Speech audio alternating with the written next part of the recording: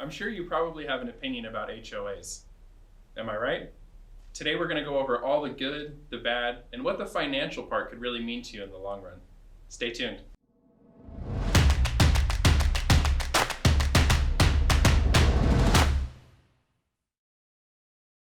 Welcome to the Aaron Powers Show.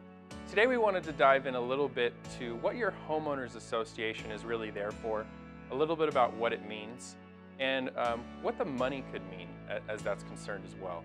So I know a lot of us have our opinions on HOAs, as I can imagine.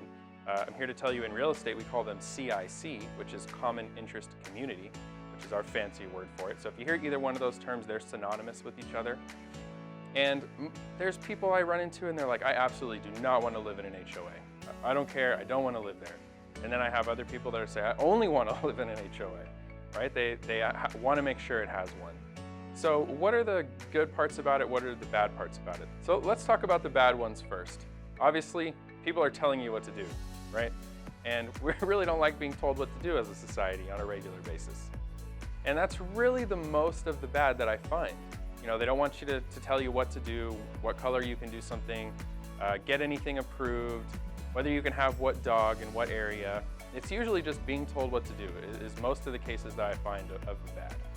I want to talk a little bit about the good though and what it could mean for your property value. HOAs are there to keep everybody consistent, to keep everyone in line, and to keep the property value overall at an all-time high. If you don't have an HOA, people can paint their house whatever color they want. They can do whatever they want to their landscaping. I'm sure you've all driven through the neighborhood that has the at-home mechanic at the end of the street with like 10 cars there. I know you all know what I'm talking about. You can probably think of the person as well. And that's something that HOAs will limit, right? They won't be allowed to do that. You'll still have your person here or there that tries to cut the rules. But for the most part, your property value will stay at a high if there's an HOA in place. Now there's many different ones out there. There's properties that have more than one HOA. Maybe they're in a master plan community like Southern Highlands or Summerlin, and then the actual community that you live inside of in that as well, so those could have two. So just keep that in mind. There are different kinds out there. There are also high-rises that have HOAs that give you amenities and places to go and do your laundry for you, clean your room for you, those kind of things. So the spectrum is real high and real low. As another example, my home, I only pay $15 a month for my HOA, right? They don't really offer anything. We don't have a gated community. Everything's left up to the owners, but we pay so that there's a reserve to keep good in the front landscaping where the signage for the community is, to make sure that all of our walls are painted and repaired. And that $15 a month for me to know that my home and the residents around me are going to be in good standing, to me is worth it. Obviously, if it's over $200, $300, you might think about not having it. So just some things to think about. Not HOAs are all bad. Some are actually good, and they can help raise the value of your property without you really realizing it. Now I want to talk to you about a financial aspect of HOAs as well. And that is when you're buying or selling a home, the HOA is involved.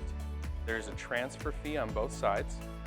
And there's also things that you have to do within the agreement of buying and selling to provide for one another. For instance, if you're the seller, you must order a HOA resale package to deliver to the new buyer. It has all the CC&Rs, all of the balance sheets, what the money's spent on, what the reserves are, how much money comes in, how much money goes out, etc., etc. And you have to deliver that to the buyer. You also get to order an HOA demand. The demand lets escrow and the new buyer know that you're current on all your payments, you have no outstanding balances, to make sure that they move into the home with a free and clear, no liens placed from the HOA. So financially, these items, I usually say to put about $500 aside when you're selling per HOA. Now that's on the high side, it's almost never that much, but it's a real easy number to remember. So if you're in a place with two HOAs, have about $1,000 put aside when you go through the escrow process to order the resale package and order the demand, because that has to be ordered for each HOA. So just keep that in mind. As the buyer moving in, you obviously get those things to look at before you buy the house. So don't be afraid to go into a property with an HOA.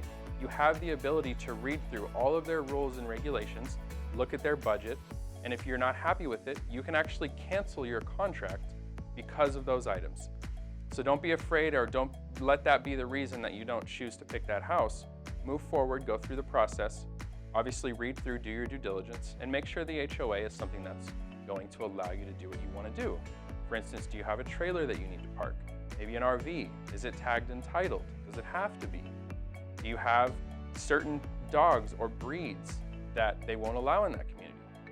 All things you should take into consideration and make sure that you look into when you're doing a purchase or sale in a community with an HOA.